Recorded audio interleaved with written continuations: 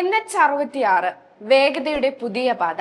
ശ്രദ്ധിക്കേണ്ട കാര്യങ്ങൾ. കേരളത്തിന്റെ യാത്രാ ചരിത്രത്തിൽ ഒരു പുതിയ അധ്യായം കുറിച്ചുകൊണ്ട് NH66ന്റെ 6 വരി പാതകൾ ഇപ്പോൾ നമുക്ക് മുന്നിൽ തുറന്നിരിക്കുകയാണ്.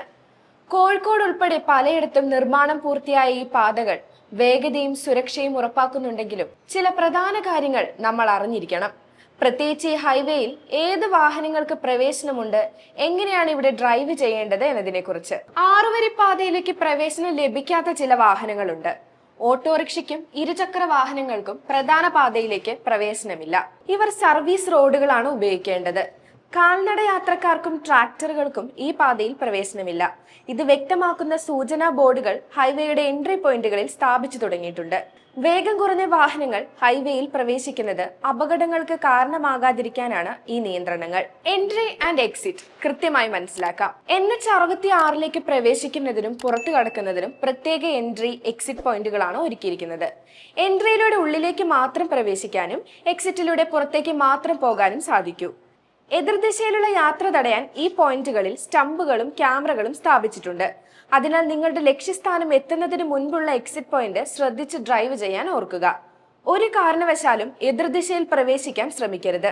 ഇത് ഗുരുതരമായ അപകടങ്ങൾക്ക് വഴിവെക്കും. Line traffic അറിയേണ്ടതല്ല.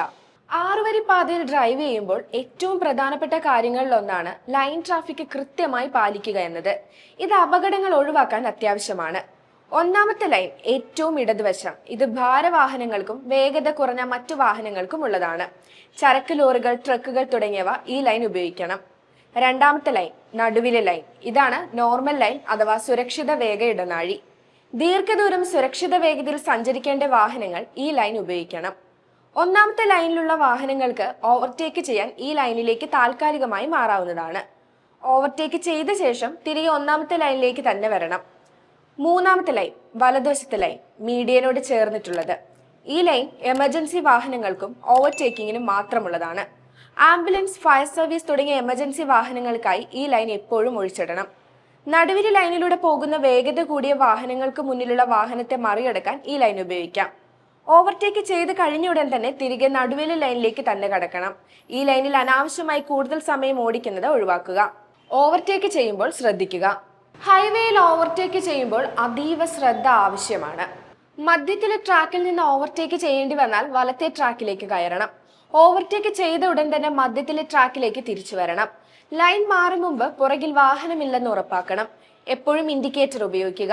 വശങ്ങളിലെ കണ്ണാടികളിലും പുറകുവശം കാണുന്ന കണ്ണാടിയിലും നിരന്തരം നോക്കി ലൈനുകൾ നിരീക്ഷിക്കുക. ഇനി ശ്രദ്ധയും സുരക്ഷയും ഓർമ്മയിൽ സൂക്ഷിക്കേണ്ടത്. 6 വരി പാതകൾ വേഗതയുടെ കാര്യത്തിൽ വിപ്ലവം സൃഷ്ടിക്കുമ്പോൾ നമ്മുടെ സുരക്ഷയ്ക്ക് വലിയ പ്രാധാന്യം നൽകേണ്ടതുണ്ട്. ചെറിയൊരു അശ്രദ്ധ പോലും വലിയ അപകടങ്ങൾക്ക് കാരണമാവാം. റോഡ് നിയമങ്ങൾ പാലിക്കുക, വേഗത നിയന്ത്രിക്കുക, സഹയാത്രികരെ പരിഗണിക്കുക.